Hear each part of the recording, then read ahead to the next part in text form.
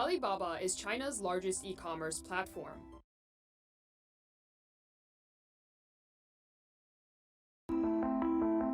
Alibaba is China's largest e-commerce platform. In its latest earnings report, Alibaba disclosed having 636 million annual active consumers on its China retail marketplaces. As a point of reference, that's almost double the entire population of the United States. But despite its enormous Chinese following, Alibaba is still not a well-known brand to many Americans. There isn't a lot of reason for Alibaba to go after the American consumer because their market in China is just so much bigger and it's still growing. When you think about how big the middle class is and how fast it's growing, there's 300 million people in the middle class that Alibaba can target. That's more of a market than they would have here in the US. Alibaba first threw its hat into the US market in 2014 when it IPO'd at the New York Stock Exchange. At the time, it was the largest US-listed initial public offering ever, raising $25 billion. The IPO made Alibaba founder and chairman Jack Ma the richest man in China. Shortly after its IPO, Alibaba tried to dip its toe into America's consumer market through an e-commerce website called 11Main. The website was shut down just a year after it launched.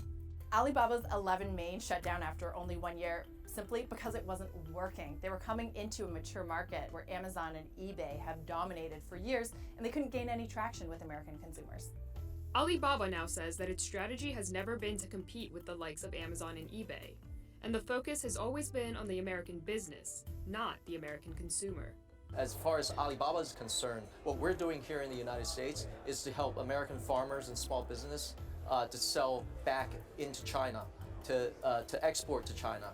And so, for example, we're helping Ocean Spray cranberries and Washington State apples, all those guys that are producing fruits and farming products, selling into China on our Alibaba platform. That's a business for us that we see there's a lot of potential, and we continue to execute that strategy here in the United States. Back in 2017, Jack Ma articulated this strategy to then President-elect Trump. Jack Ma's been talking for some time about trying to help American small businesses sell their goods on the Alibaba platform, and they discussed that today, and here's how the President-elect and Jack Ma described the meeting.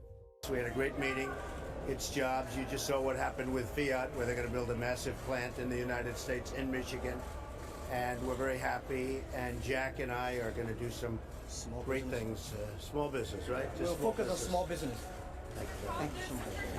A few years ago, Jack Ma, Alibaba's founder, stood up beside President Trump and said that he was going to bring 1 million jobs in the US, but I think that this number was widely misunderstood. Alibaba was never going to hire 1 million people in the US. These were indirect jobs. Alibaba says that it wants to facilitate American businesses selling their products to the Chinese markets, to Chinese consumers. And these jobs were going to be indirect. These companies, because they were growing in China, would be hiring more, but they were always through American businesses. But trade tensions between the US and China caused Ma to back out of the promise. In September of 2018, Ma told Chinese news site Xinhua, quote, "The promise was made on the premise of a friendly US-China partnership and rational trade relations. That premise no longer exists today, so our promise cannot be fulfilled," end quote. The comment came just a few days after Ma announced that he would be stepping down from his role as chairman of Alibaba. He did add, however, that Alibaba would, quote, "not stop working hard to contribute to the healthy development of China-US trade," end quote. So far, Alibaba has worked with a number of leading US brands to help them get a foothold in the Chinese market. Starbucks has a reserve roastery store in Shanghai that offers customers augmented reality experiences powered by Alibaba's Taobao app technology. Other American brands like Guess, Nike, and Urban Outfitters use Alibaba's Tmall marketplace to sell their merchandise directly to Chinese consumers. Smaller businesses like Emily's Chocolates and Nuts in Seattle and handbag company Weldon in Connecticut have also signed on to use Alibaba's selling platforms. But Alibaba has some tensions with the US government. It came under fire for having counterfeit goods on its consumer-to-consumer site Taobao. The site was listed on the US government's list of global marketplaces known for counterfeit and pirated goods 2 years in a row. For someone living in the US, it may be hard to grasp just how influential Alibaba is in China. Alibaba's reach today expands far beyond e-commerce. The tech giant's realm now covers cloud computing, digital media and entertainment, and even logistics services. Alibaba is also part owner of financial services company Ant Financial.